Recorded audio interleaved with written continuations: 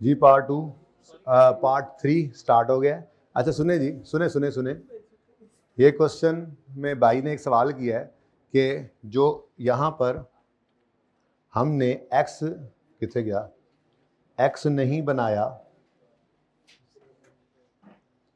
तो ये जो मार्केटिंग कॉस्ट सेव हुई है इसकी बात कर रहे हो, ये क्यों नहीं ली? तो भाई अर्ज ये है कि ये A99 के बेचने की मार्केटिंग कॉस्ट है, x थोड़ा ही बिकता है।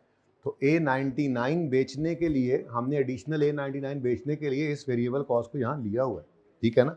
हमने सिर्फ ये डिसीजन लिया यहाँ पे कि x को आउटसोर्स कर दें तो x खरीदना पड़ेगा। ये 2 3 ये कॉस्ट आ गई, ठीक है। एडिशनल सिर्फ इसमें मसला था, अब ये एडिशनल सिर्फ 200 ही लिए हमने, उनकी सेल प्राइस भी सिर्फ उन्हीं की ली है, वेरिएबल प्रोडक्शन कॉस्ट भी ली, वेरिएबल सेलिंग कॉस्ट भी ले ली हमने, और ये हमारा कॉन्ट्रीब्यूशन आ गया।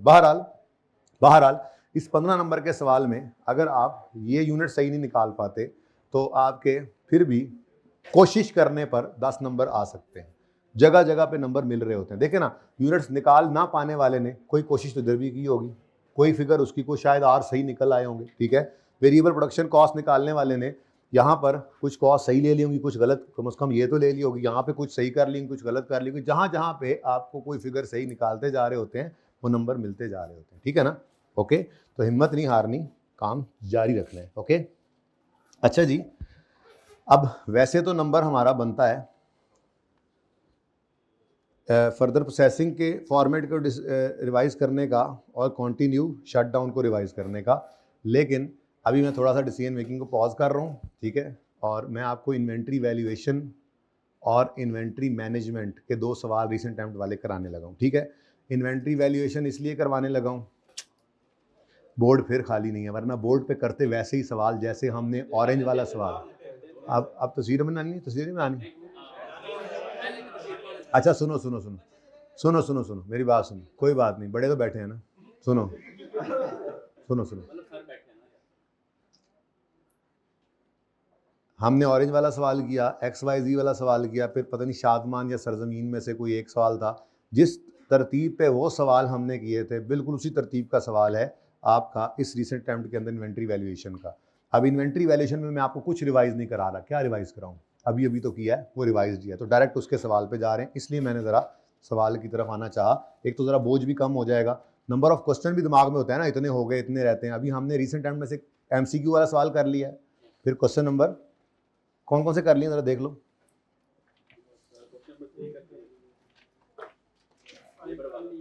क्वेश्चन नंबर 8 ओके है, क्वेश्चन नंबर, यही तो सवाल था, 7 भी ओके है, 6 अभी ओके होने लगा है इंशाल्लाह, 5 ऑलरेडी ओके है, 4 कल इंशाल्लाह करना है, 3 ओके है, अभी 2 भी करके जाएंगे, छोटू सा सवाल है, 1 भी ओके है, ठीक है।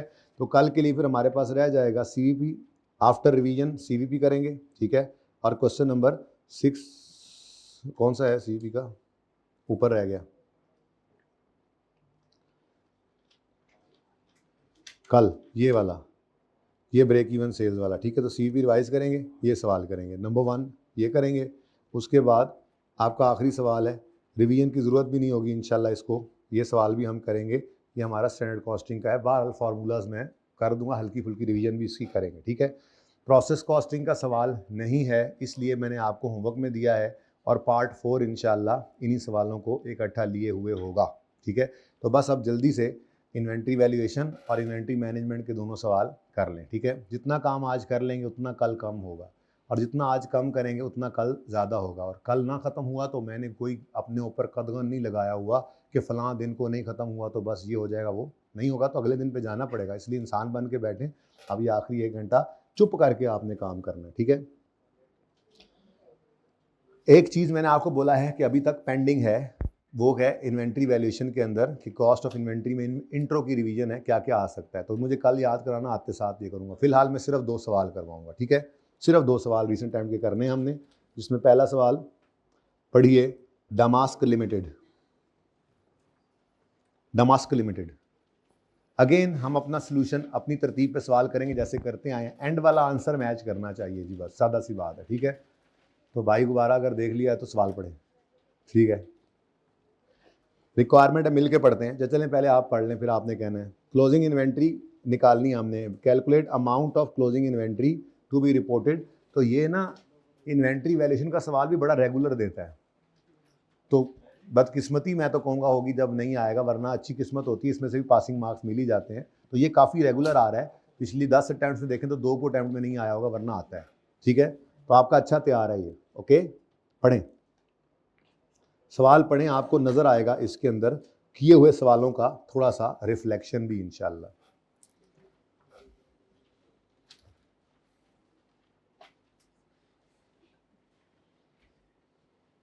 जावा भाई क्या हाल है अब आपकी, तबीयत ठीक है? एक आपने ली थी, 2 ली थी पैराडॉल? हाँ ठीक है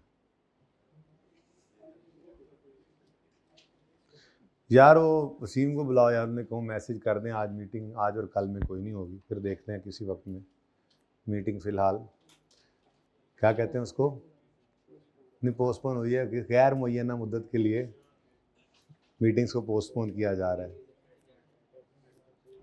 क्योंकि अब मीटिंग करने बैठ गए तो कल की तैयारी कौन करेगा। कल मोस्ट प्रोबेबली दो सेशंस क्लोज होने हैं ना, FARV और MAV, मोस्ट प्रोबेबली। CR अभी चलेगा, कल नहीं होगा क्लोज, परसों शायद हो जाए, नहीं हुआ तो फिर फुल डे बुलाऊंगा। CR की रिवीजन करेंगे हम, पास पेपर रिसेंट अटैम्प्ट वाला छोड़ा होता है वो करेंगे, साथ साथ कोई कमियां कोताहियां भी पूरी कर लेंगे। 1 दिन लगे 2 दिन लगे हम लगाएंगे उस पर इंशाल्लाह।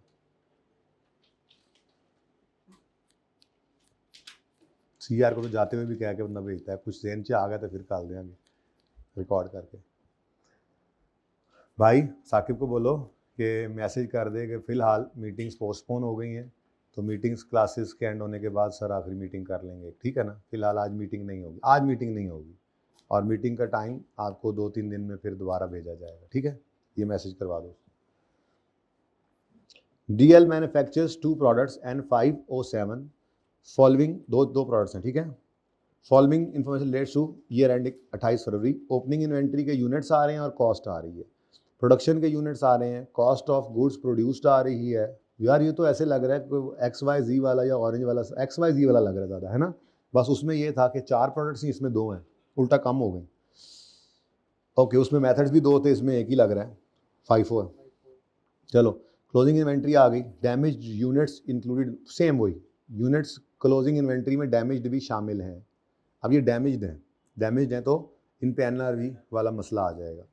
फिर सेलिंग प्राइस पर गुड यूनिट है और वेरिएबल कॉस्ट भी मौजूद है, टोटल वेरिएबल सेलिंग कॉस्ट मौजूद है। NRV निकालने के लिए पर यूनिट निकालनी पड़ी तो निकाल लेंगे इंशाल्लाह। कैसे निकालेंगे वैसे बाय द वे,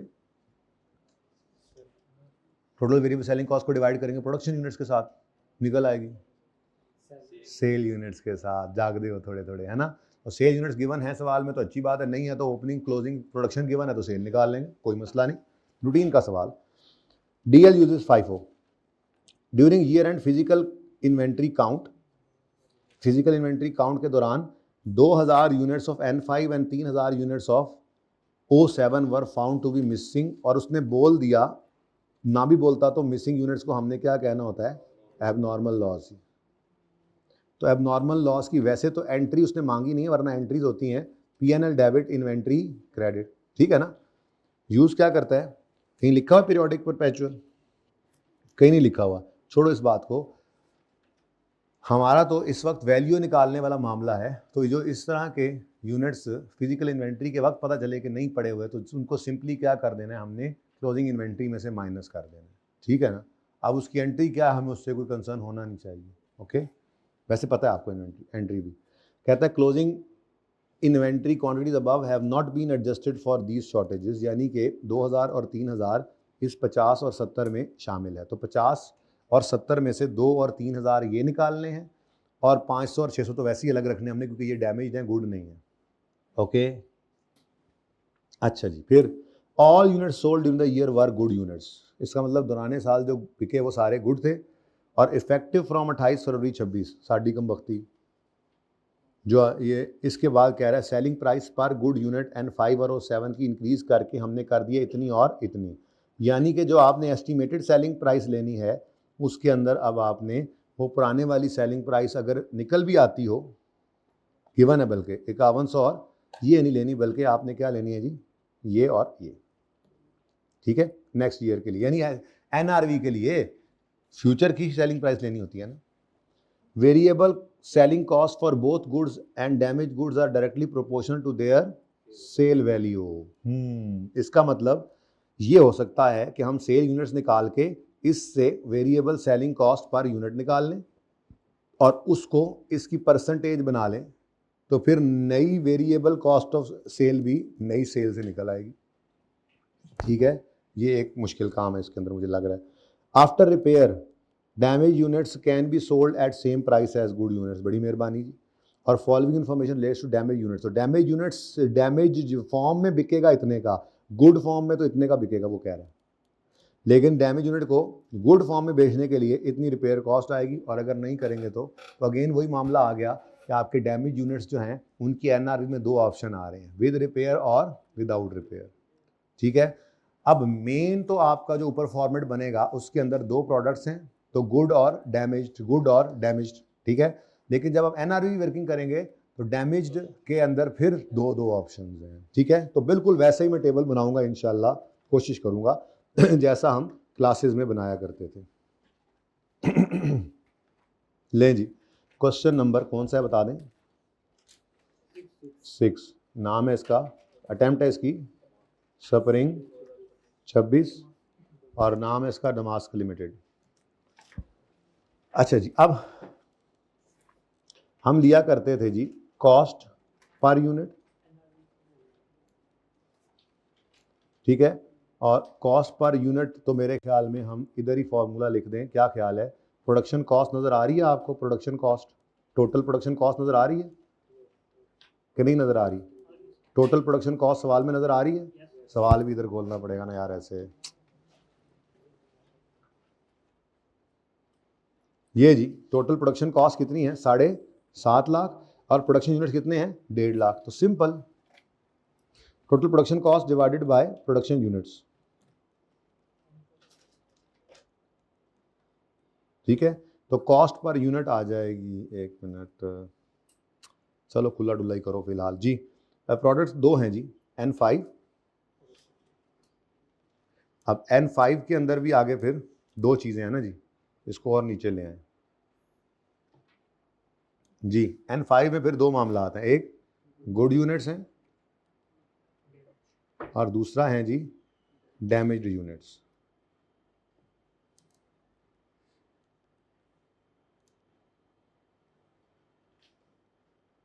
डैमेज को ज़रा मैंने खुली जगह इसलिए दे दी है कि इसके नीचे वाली ज़रा वर्किंग ऐसे ही चले ना। बिल्कुल मैं आपको इंशाल्लाह फॉर्मेट ओपन करके दिखाऊंगा, फिर जो फॉर्मेट हमारा क्लासेस में बनता था ना उसको हम ओपन भी करेंगे, नज़र आएगा आपको वैसे ही है, बस कुछ चेंज नहीं है। हिम्मत करके बस शुरू करना होता है सवाल। ऐसे ही आपको ये मामला मिलेगा,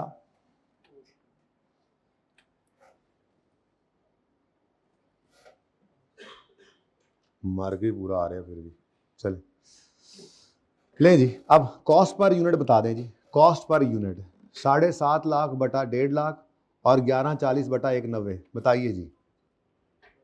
5,000, 50,000। फिर चेक कर लो एक बार, देखो ये कॉस्ट इन थाउजेंड्स है, सॉरी ये तो ओपनिंग की है, ये यूनिट्स हैं, थाउजेंड में नहीं है लेकिन कॉस्ट इन थाउजेंड्स है, ठीक है। तो 750,000 को लेना है, डिवाइड करना है उसको 150 के साथ, 1000 को 1000 रखो दोनों तरफ, सही है। कितना? 5,000। ले जी 5,000। अच्छा 5,000 जो है ना जी, ये कॉस्ट है, डैमेज वाला हो चाहे गुड वाला हो, कॉस्ट तो कॉस्ट ही है, ओके सही है। अच्छा इसी तरह से ये कौन सी प्रोडक्ट है जी? O7, ठीक है। तो O7 1140,000 बटा 190, 6,000। एक यूनिट की कॉस्ट है हमारी 6,000, तो डैमेज की भी कॉस्ट यही है 6,000। उसके बाद अगला स्टेप क्या होता था जी हमारा? NRV पर यूनिट, ठीक है। इसके लिए हम कर लेते होते थे वर्किंग, फिर यहाँ से हमारे पास आएगी वैल्यू पर यूनिट, जो इनमें से हम क्या करेंगे? हायर उठाएंगे, ठीक है, और उसको क्लोजिंग स्टॉक के यूनिट्स के साथ मल्टीप्लाई करेंगे तो वैल्यू आ जाएगी। मैं हायर लिखने लगा था जी। एक ही लाइन लगाओ यार। उसके बाद मल्टीप्लाई करेंगे इसको क्लोजिंग इन्वेंट्री के यूनिट्स के साथ और हमारे पास आ जाएगी value of closing inventory total rupees के अंदर, रुपीज़ या रुपीज़ इन थाउजेंड जो भी लिखना होगा वो बाद में फिर हम लिख लेंगे। ले जी, ये हमारा मेन क्वेश्चन का फॉर्मेट ये आ गया। ठीक है जी, उसने टोटल मांगा होगा तो टोटल भी कर देंगे एंड पे, वरना फिर प्रोडक्ट वाइज तो आ ही जाना है। ठीक है, चलें जी। अब अगली कहानी शुरू होती है जी, और वो है एनआरवी पर यूनिट। तो वर्किंग नंबर 1 हमने ओपन कर लेनी है एनआरवी पर यूनिट के लिए। अब एनआरवी पर यूनिट में आपको पता है आपके गुड यूनिट्स आएंगे और फिर डैमेज में 2 ऑप्शन आएगा, गुड यूनिट्स की एनआरवी, फिर डैमेज्ड हैं। अब कैसे लिखूं, पहले डैमेज लिख के फिर अगली लाइन में लिखना पड़ेगा यार, तो ये ऊपर से कॉपी कर लेते फिर।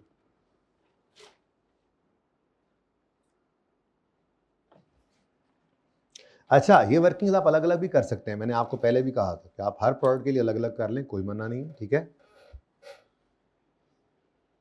लें जी। अब डैमेज के अंदर मामला ये है कि ये हम with rework, without rework, with repair कर लें या रीवर्क कर लें, और विदाउट रिपेयर या विदाउट रीवर्क जो भी लिखना है वो लिख लें। ऐसे ही यहां पर भी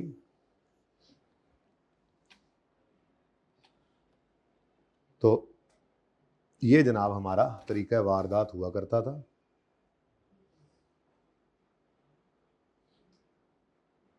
ठीक है, अब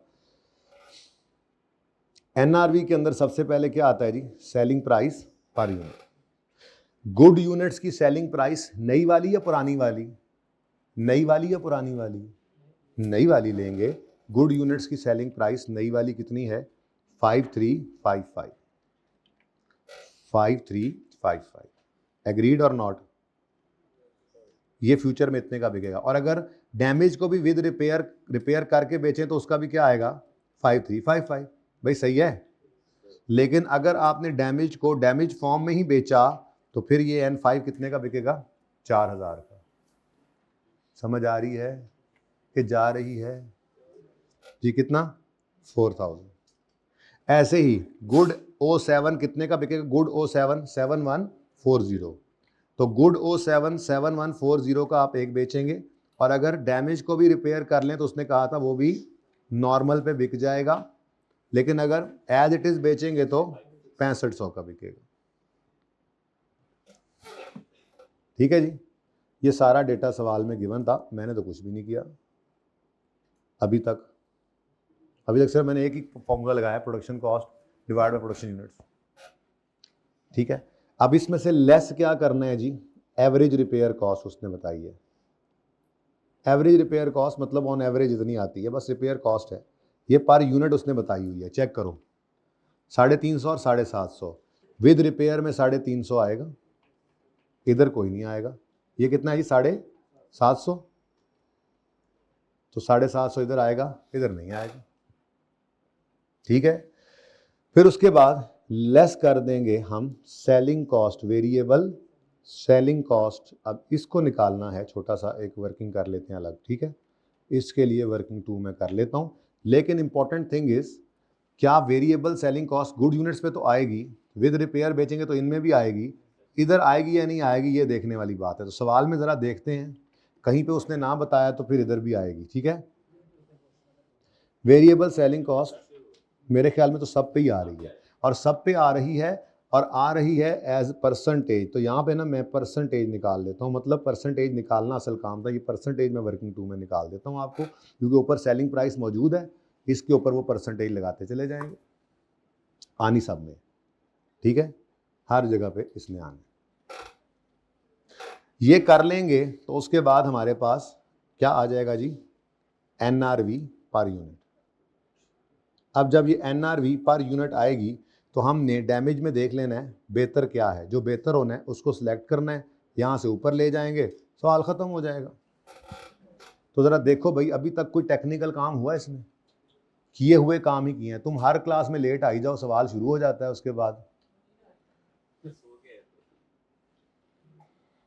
फिर चले ही जाओ एक ही बार, अब घर बैठ के भी तुमने लेने ही है लेक्चर, मुसीबत में तो पढ़ना ही है तुमने। Yes sir.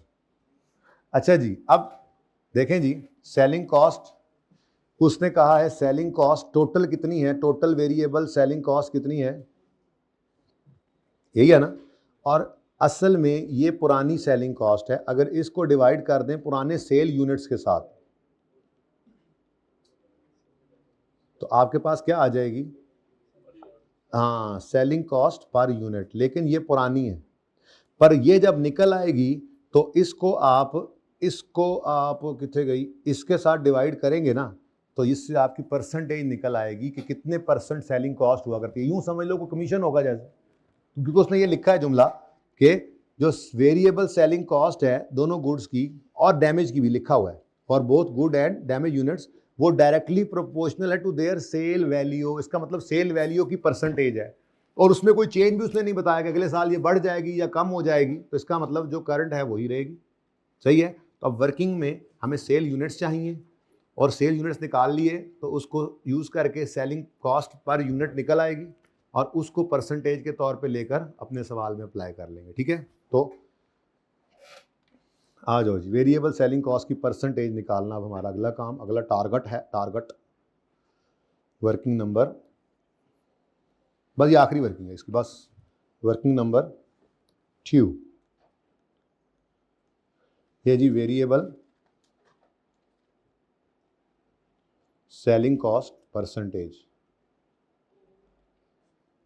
ये परसेंटेज ना भी निकालें ना आप तब भी एक और तरीका है, वो भी बता देता हूँ। पहले आप अगर पर यूनिट कॉस्ट निकाल लें तो परसेंटेज भी बाद में निकाल लेंगे। पहले मुझे बताएं कि पर यूनिट सेलिंग कॉस्ट निकलेगी कैसे, सेलिंग कॉस्ट पर यूनिट निकलेगी कैसे, सेल यूनिट्स नहीं, पहले वेरिएबल, टोटल वेरिएबल, ये जो लफ्ज़ यहाँ लिखा हुआ लिख देते हैं ना ताकि आप पता लगे, total variable selling cost, total variable selling cost को डिवाइड करना है सेल यूनिट्स के साथ, और सेल यूनिट्स निकाल लेंगे हम अभी जाके अपनी वर्किंग 3 में।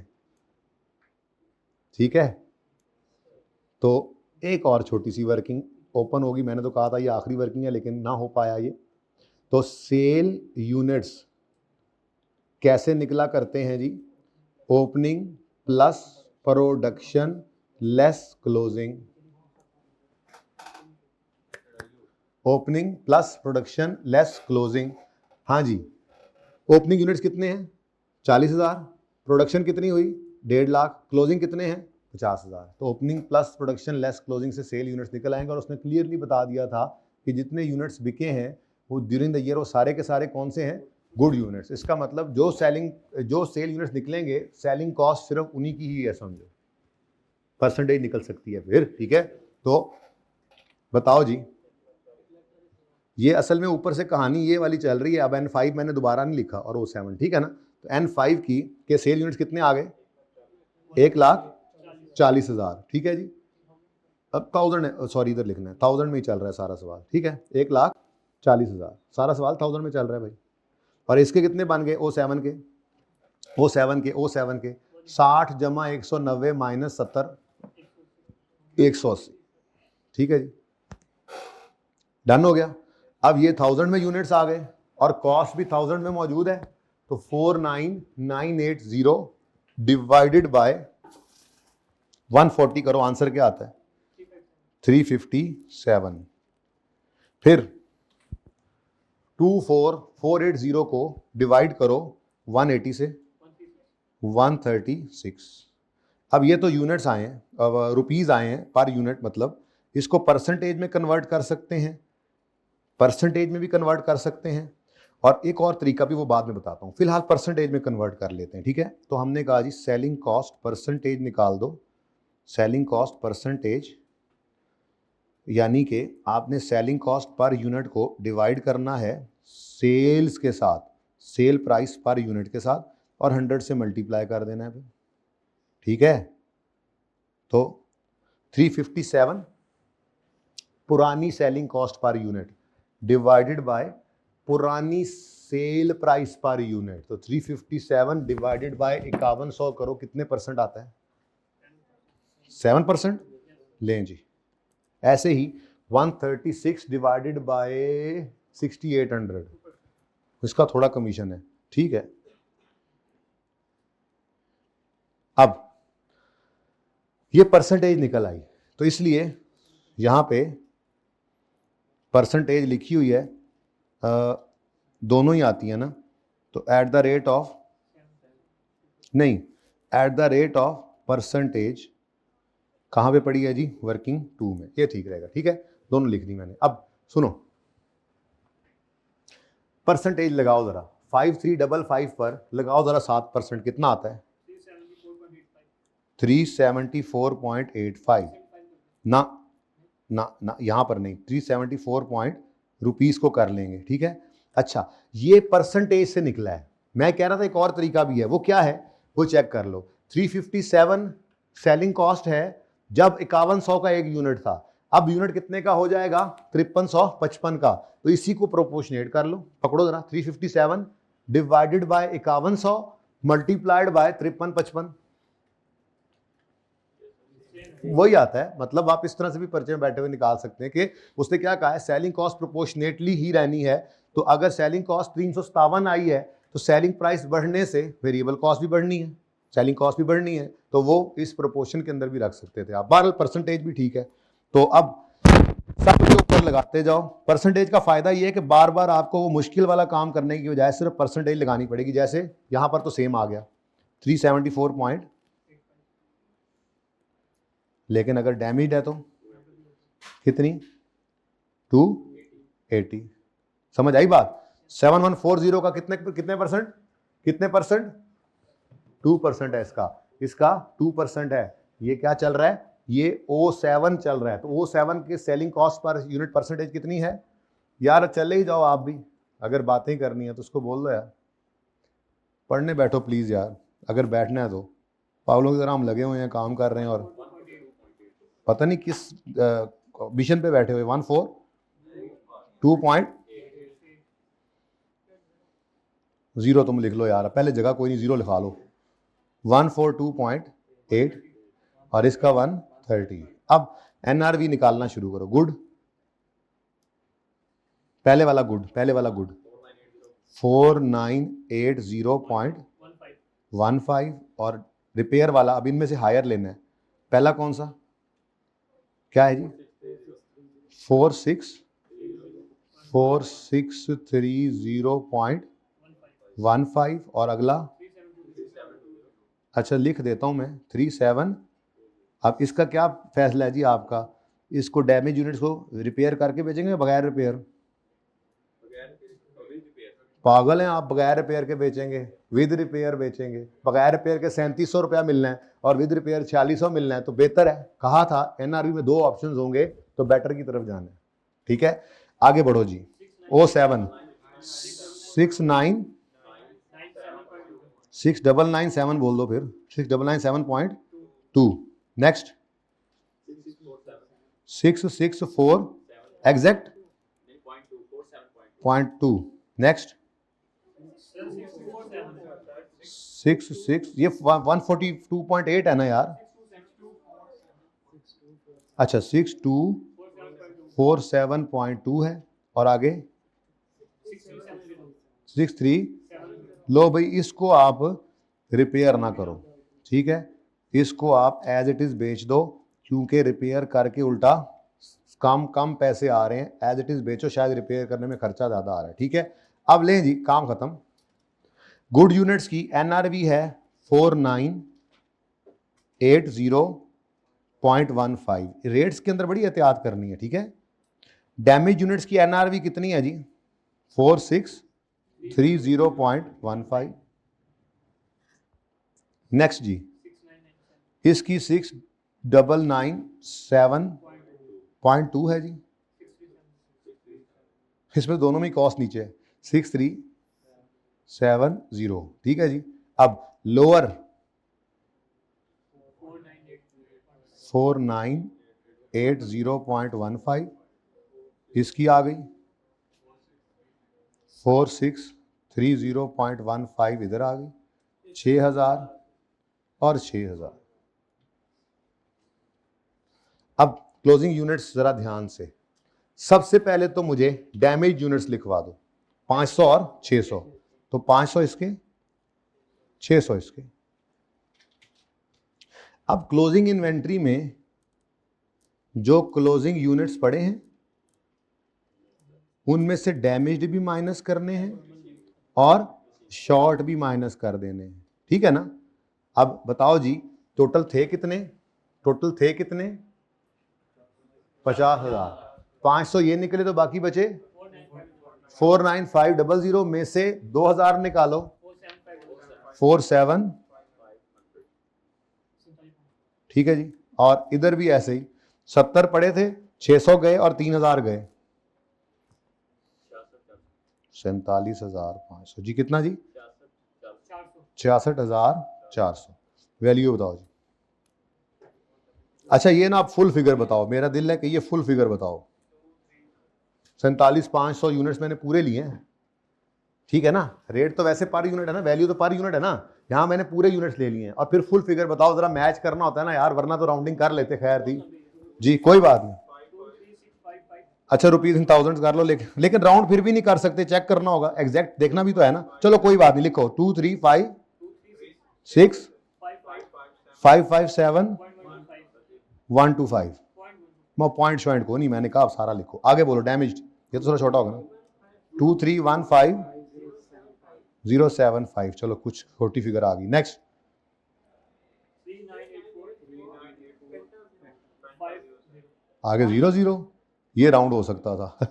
नेक्स्ट 3600 1000, ठीक है जी। अब धक धक धक धक धक धक, कौन सा सवाल है, नंबर 6।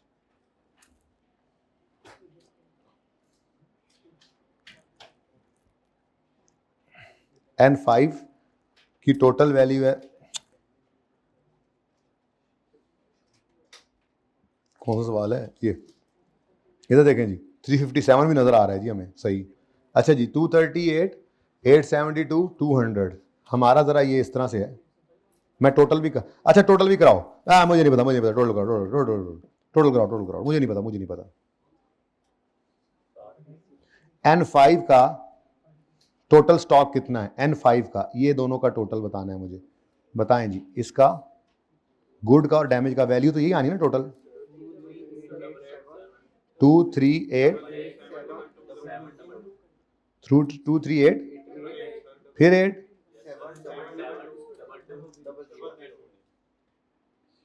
238 872 200 238, चलो जी सही हो गया।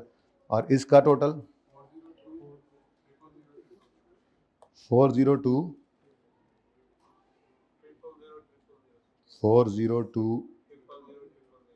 मिलियन, ठीक है जी, 402 मिलियन, ठीक है जी। तो मैच तो कर रहा है, अब उसका मेथड घर देख लेना जाके, उसने क्या किया हुआ है। बहरहाल शायद उसने अलग अलग यूनिट्स लिए हैं या अलग अलग वैल्यूज़ लिए हैं, तो हम अपनी तरतीब पे बस रहें ताकि फॉर्मेट सेम रह जाए और कुछ भी नहीं, ठीक है, सही है। तो ये क्वेश्चन नंबर 6 हो गया जी। तो ये आसान सवाल था।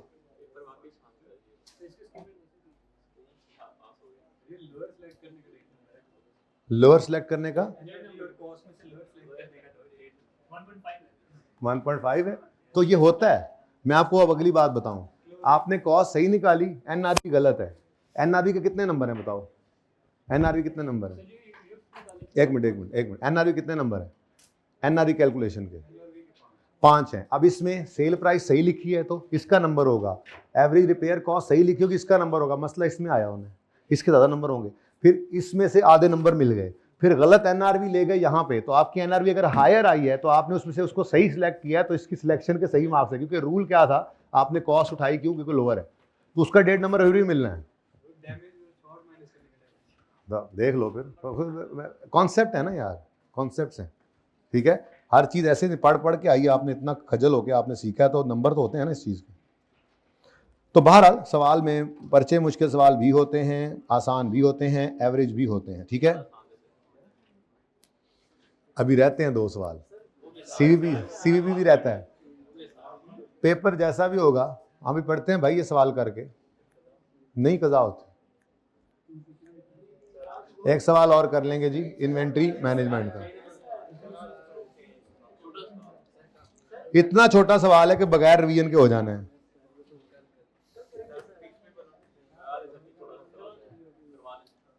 चलें जी, ओके हो गया, थोड़ी देर में हो गया ना, ठीक है।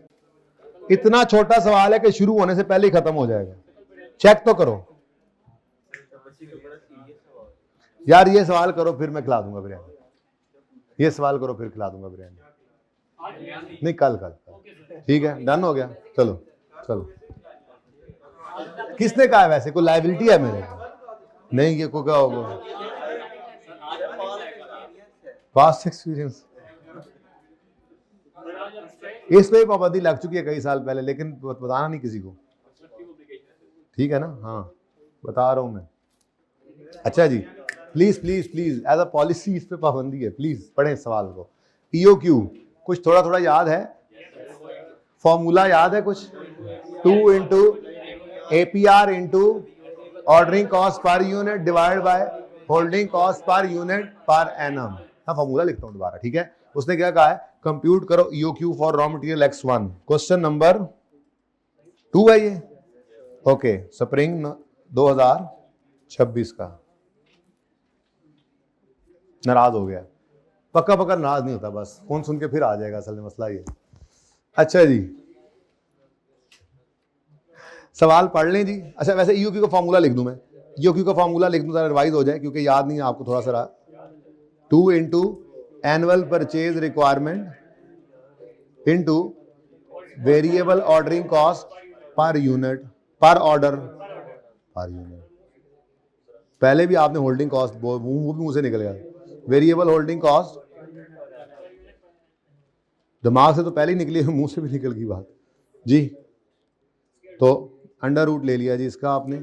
अब यहां पर स्क्वायर रूट ले लिया जी आपने। अब इस सवाल को पढ़ लेते हैं, मतलब की चीज़ें निकलती आएंगी। तो इस दफ़ा एक्सपेक्ट करें थोड़ा टफ पेपर। इस इन्वेंट्री के हिसाब से भी ऑप्टिमल सेफ्टी स्टॉक वाला सवाल आता है ना, निस्बतन मुश्किल होता है। ईओक्यू जब आता है तो बच्चे मौज मारते हैं, ठीक है। Zafri Industries Limited produces and sells a single product A5 using raw material X10। हमारी डिसीजन मेकिंग X10 की है। Following information has been extracted from ZIL budget for the upcoming year। मैंने कहा था 6:15 तक क्लास होगी, इंशाल्लाह हो जाएगा 15 मिनट, बड़ी उम्मीद है। Total sale of A5 are estimated at, इस वक्त ना टेम्पो बना होता है। Total sale of A5 are estimated to be 360 with a selling price of, purchase of raw material X10 is estimated at 380 per kg, cost आ गई। Each kg of raw material yields 90 kg of product. इसका मतलब एक A5 बनाने के लिए आपको 0.9 चाहिए, जो बनेगा यानी कि 10% उसमें लॉस हो जाता है। यानी ये लॉस देने का तरीका था ना, ठीक है। तो आपका टोटल 360 मिलियन रुपीज़। अच्छा, अब रुपीज़ में ही कहानी चल रही है, लेकिन यूनिट्स निकाल सकते हैं। अगर 360 मिलियन रुपीज़ है और सेलिंग प्राइस 1000 केजी है, तो यूनिट्स कितने बेचेंगे? यूनिट्स सोल्ड कितने होंगे जी, बताना पसंद करेंगे? 360 मिलियन डिवाइडेड बाय 1000। 360 मिलियन पूरा जी कितना? अब 365,000 यूनिट्स हैं किसके?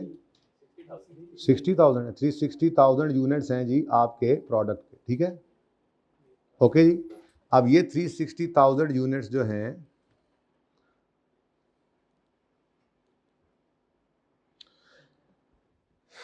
इनके लिए मतलब यूं समझ लो, एक यूनिट पर एक मटेरियल एक्स लगता है, लेकिन नहीं, एक यूनिट पर 10% इनपुट का लॉस होकर आउटपुट 0.9 लगता है।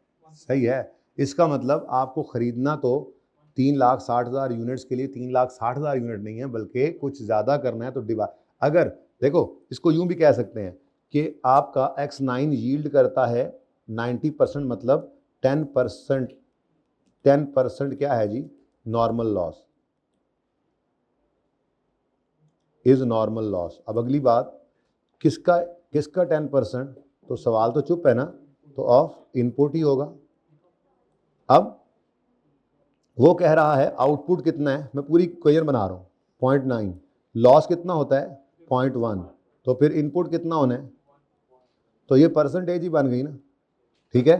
तो अब मैं कह रहा हूँ गिवन हमें क्या है आउटपुट, और लॉस परसेंटेज जुड़ी हुई है 10% ऑफ इनपुट से, तो फिर इस सूरत में हम किया करते थे output divided by loss minus 100 minus loss percentage. हाँ बहुत लेट हो गया, मुझे भी पता है, ठीक है।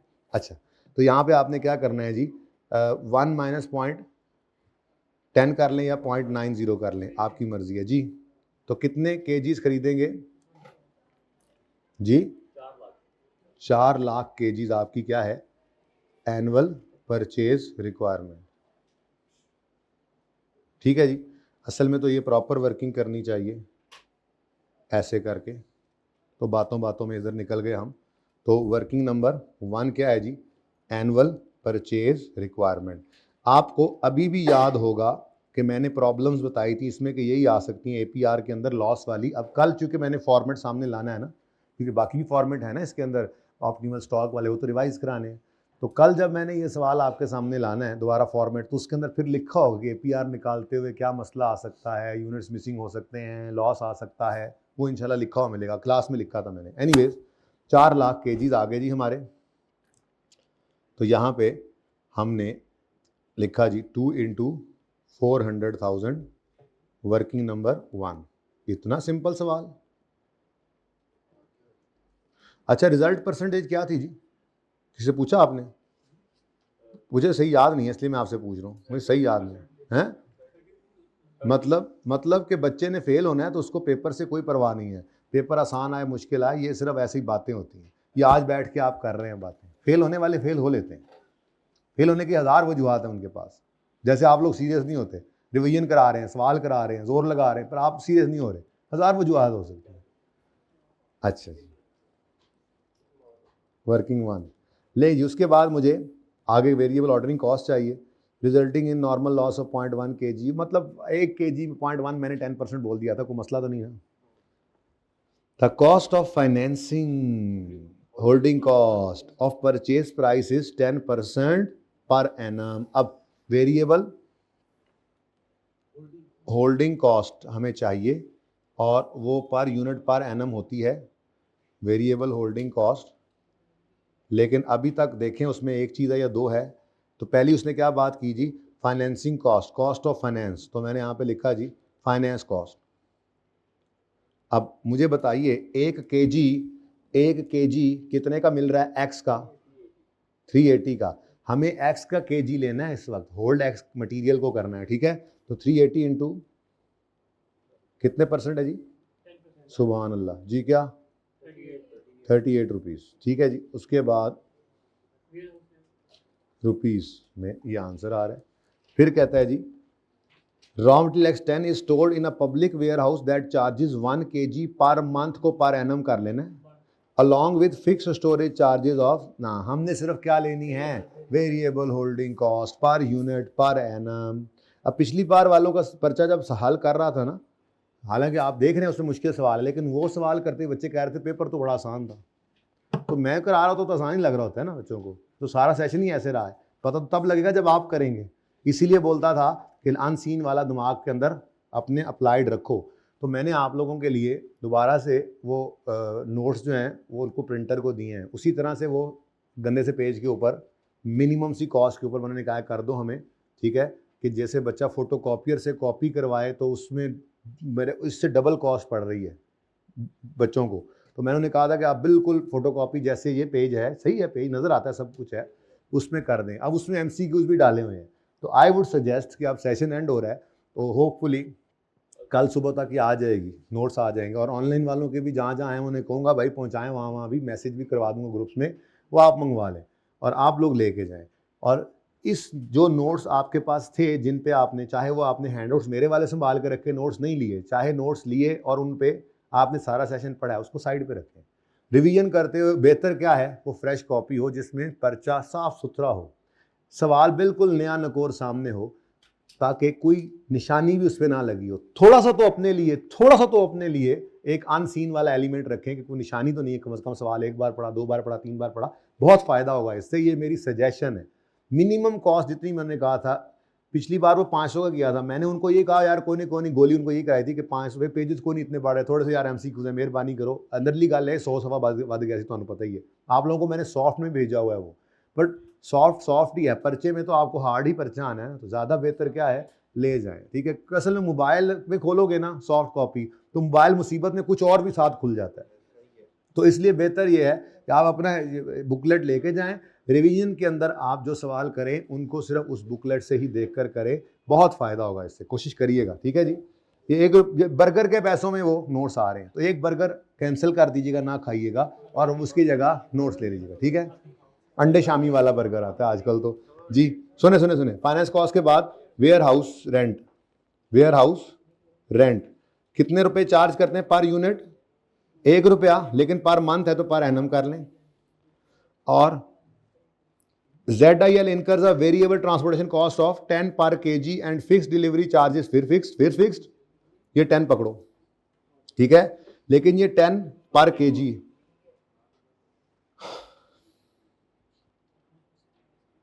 अच्छा जी, उसके बाद the variable cost of procurement department are estimated as, अब ये ट्रांसपोर्टेशन कॉस्ट पर केजी आ रही है, तो हमने इसको पर ऑर्डर करना है, तो पता भी लगे कितना ऑर्डर है, वही तो निकाल रहे हैं हम, ये नई मुसीबत आ गई। डिलीवरी चार्जेस ऑफ कंसाइनमेंट कितने हैं जी? ये पर कंसाइनमेंट है, ठीक है, पर कंसाइनमेंट है, okay, done done done done, ठीक है। ZIL incurs variable transportation cost per KG and fix delivery charges of, अब वेरिएबल ट्रांसपोर्टेशन, वो बंदा जो है वो हमसे 15,000 रुपये लेता है, मतलब ट्रक वाला फिक्स किराया ले लेता है, लेकिन है क्या चीज़? पर कंसाइनमेंट है, ठीक है। मतलब ZIL incurs a variable transportation cost and a fixed delivery charges of 15,000 पर, फिक्स सही, लेकिन है तो पर ऑर्डर ना, तो ये धोखा ही था, फिक्स तो नहीं है, वेरिएबल ही हो गया ना, पर ऑर्डर ही हमें चाहिए ना कॉस्ट, तो वेरिएबल और विच ही चले हो पाए। तुम इधर आओ, इधर वर्किंग नंबर 3, इसमें मुझे चाहिए जनाब variable ordering cost per order. तो आपको डिलीवरी चार्जेस आ रहे हैं जी पर कंसाइनमेंट, पर ऑर्डर, कंसाइनमेंट मतलब एक बार जब सामान मंगवाना है, कितना? 10,000, 15,000, 15,000, और उसके बाद वो कहता है पर ऑर्डर हमारी एक और कॉस्ट भी है, variable cost of procurement department are estimated 10,000 per order.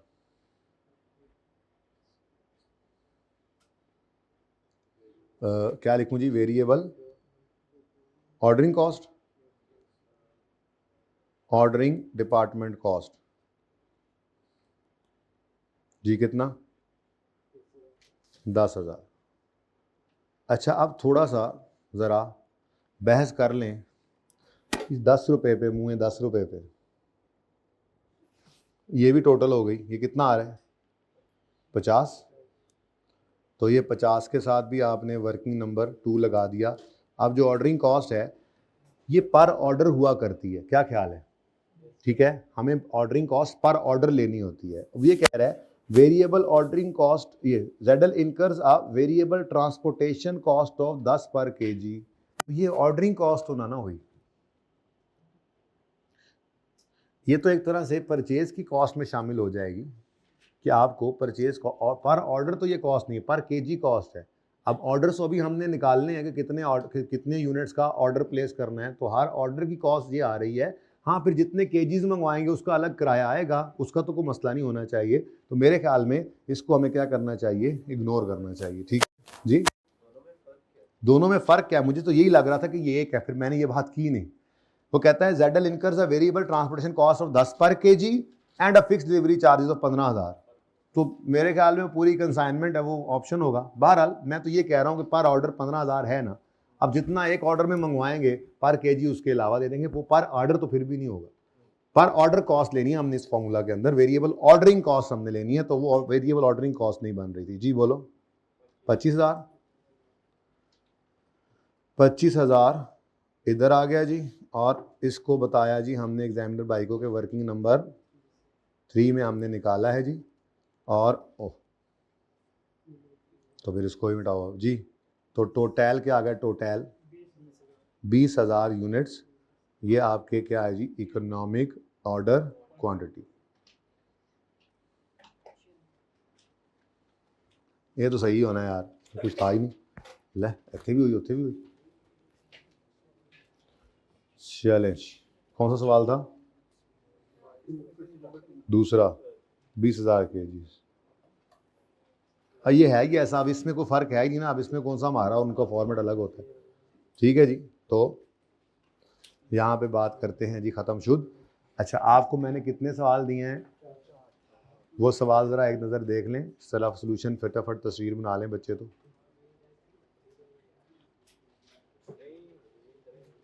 देखें 2 मिनट ऊपर हो गए, मैंने 6:15 कहा था। इससे पिछला सवाल बताता हूँ, अभी सब्र करो फिर। अच्छा यार, तो फिर मैं क्या करूँ? चले जाओ, जिसको तकलीफ है जाओ। मैंने रोका है? हाँ रोका तो है मैंने जी, कुंडी लगा देता हूँ जी। ये आपका होमवर्क है और 99B मैं अभी बैठ के बनाऊंगा, मैं फिर ही घर जाऊंगा, वो आपको बस आया। तो ये आखिरी दिनों में बेटा जैसे फुल डे क्लास होती है, ये ऐसी ही समझ लो चल रही है, बस थोड़ी बहुत करके। फुल डे क्लास में तो आपका वैसे ही यखनी निकल जानी थी, तो ये मैंने 2-3 दिन पहले ये काम शुरू कर दिया था। ठीक है, तो ये आपने 3 क्वेश्चंस करने हैं 99B के अंदर, आपको ये मिलेंगे। पिछले सवाल का सोल्यूशन भाई फरमा रहे हैं कि दिखा दें जी। ये था पिछला सवाल, मजेंटा था? नहीं, कौन सा था? ये था, ये वाला। चल ठीक है जी। पार्ट कौन सा चल रहा था हमारा? 3। तो ये पार्ट 3 क्लोज हो गया और ये 99 पार्ट 4 में आएगा। 99B की बजाय नाम हमने बदल दिया है, अब ये क्या होगा जी, 99 पार्ट 4। ठीक है जी, तो चौथा पार्ट।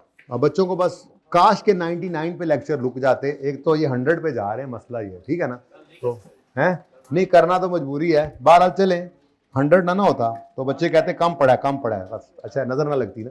अल्लाह हाफिज।